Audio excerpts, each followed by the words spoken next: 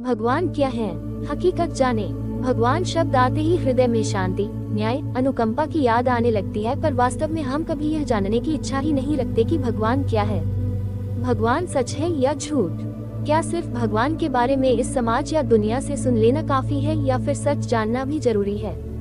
आज हम जरा गहराई से भगवान शब्द का अध्ययन करेंगे और समझेंगे क्या मात्र देवी देवताओं को भगवान कहा जा सकता है, या फिर भगवान का असली अर्थ कुछ और है। भगवान क्या है? भगवान हमारे मन की छवि मात्र है। भगवान हमारे जीवन के वह पात्र हैं जिन्हें कभी हमने जाना नहीं, समझा नहीं, बस मान लिया। ठीक इसी तरह जैसे हमें बचपन में बता दिया गया कि 12वीं तक पढ़ाई करनी होती है, फिर नौकरी करनी होती है, फिर शादी करके बच्चे पैदा करने होते हैं, और फिर एक दिन इसी तरह बुढ़ापा आता है और व्यक्ति मर जाता है।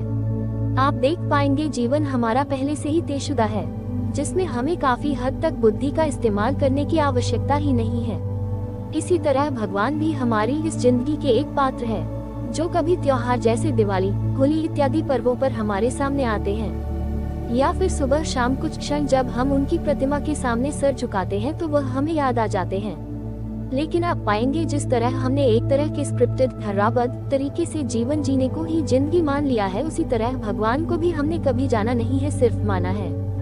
भगवान कौन है? सत्य, शांति, करुणा, मुक्ति, यह सभी भगवान के अन्य नाम हैं। और चूंकि यह सभी मनुष्य के भीतर हैं, अतः जिसके जीवन में सच्चाई है, सहजता है और करुणा है, वही स्वयं में भगवान है।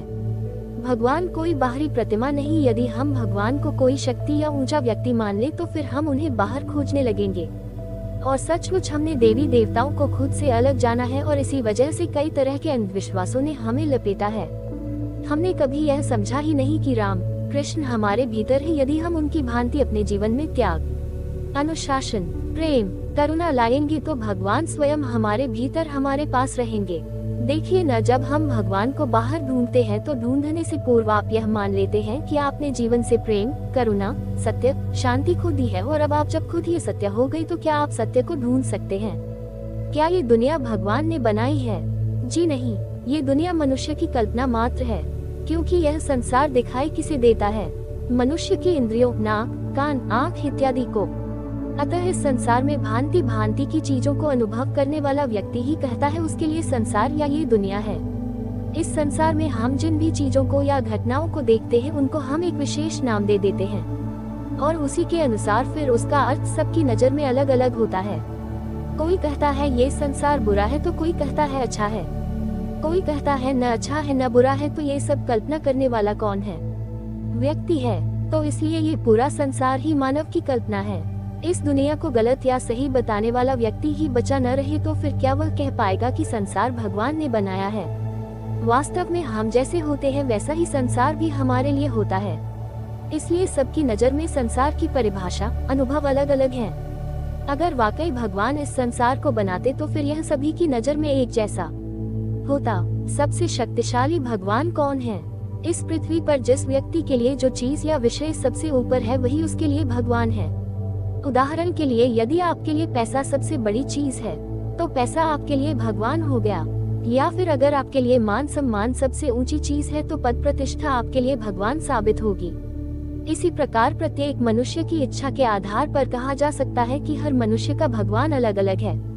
इसलिए एक सांसारिक व्यक्ति की तुलना में उन ऋषियों, संतों के लिए भगवान अलग अलग होंगे। संत, ऋषि मुनि जिन्हें सत्य, करुणा, शांति बेहद प्रिय है, उनके लिए भगवान उपनिषद ग्रंथ हो सकते हैं जिनमें कही गई बातें उन्हें संसार रूपी मायाजाल से बाहर निकालकर सत्य की तरफ ले गई और वे आत्मस्थ हो सके। कलयुग का भगवान कौन है? कलयुग में धन संपदा ही मनुष्य के लिए भगवान बन चुकी है, क्योंकि इस संसार में अधिकांश लोग पैसे के नशे में चूर हो रहे हैं, क्योंकि वह जानते हैं अधिक धन पाकर वह तमाम तरह की विलासिता की वस्तुओं को भोग सकते हैं, आनंद पा सकते हैं और जीवन में मौजूद तमाम तरह के बंधनों, कष्टों से मुक्ति पा सकते हैं। इसलिए धन को पाने की खातिर वह बुरे से बुरा कर्म करने को भी तैयार हैं। इसलिए ये कहना गलत ही होगा कि आज मनुष्य के आराध्य भगवान शिव, कृष्ण है, नहीं। क्योंकि यदि वह उसके लिए भगवान होते तो वह कृष्ण की गीता को पता, शिव के जीवन से सीख लेकर उन्हें अपने जीवन में स्थान देता। पर चूंकि आज मनुष्य के लिए सबसे बड़ा विषय धन बन चुका है, इसलिए किसी भी देवी देवता की उपासना भी वह करता है तो इसलिए ताकि उसकी खोखली इच्छाएं पूरी हो सके और वह अपने अभिमान का जश्न मना सके। भगवान कौन है और कहाँ है? भगवान हमारे भीतर सत्य यानी आत्मा के रूप में हर जगह प्रत्येक समय मौजूद हैं। उन्हें बाहर खोजने की आवश्यकता नहीं, पर चूंकि हम झूठा जीवन जीते हैं और सुख के लिए तमाम तरह के व्यर्थ के कार्यों में लिप्त रहते हैं, इसलिए मन की इच्छा पर चलने की वजह से हम हृदय में मौजूद आत्मा से दूर हो जाते हैं। जो व्यक्ति कृष्ण को आत्मा जानकर जीवन जिएगा, निश्चित ही उसके जीवन में कृष्ण के गुण विद्यमान होंगे। उसके दिल में प्रेम होगा, चेतना में बल होगा, असत्य से उसे अनासक्ति होगी और सत्य के लिए वह जीवन जिएगा। उसके जीवन में भी सुखदायक होंगे, पर वह उन्हें जिंदगी का एक हिस्सा मानकर आत्मस्थ होकर जिएगा और सही कर्म कर इस जीवन को सार्थक करेगा और तमाम तरह के बंधनों से छुटकारा पाएगा। भगवान होने का सबसे बड़ा सबूत क्या है? भगवान होने का सबसे बड़ा प्रमाण यह है कि जब जब हमें बेचैनी होती है तब तब भगवान को याद करने से दिल को गहरी ठंडक पहुंचती है। आत्मा सत्य है, अविनाशी है, ये संसार झूठ है और जब तक हम इस संसार को सच मानते हुए यहाँ पर ऐसे जीवन जिएंगे जैसे कि यह सच है और आत्मा को दिल में स्थान नहीं देंगे, तब तक क्यों ही बेचैन रहेंगे। और भगवान की भूमिका ही हमारे जीवन में सर्वाधिक इसलिए है ताकि हमारा मन आत्मा तक पहुँच सके।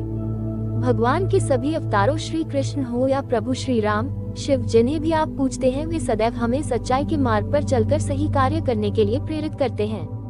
कृष्ण हो या राम, दोनों का जीवन हमें धर्म के रास्ते पर चलना सिखाता है।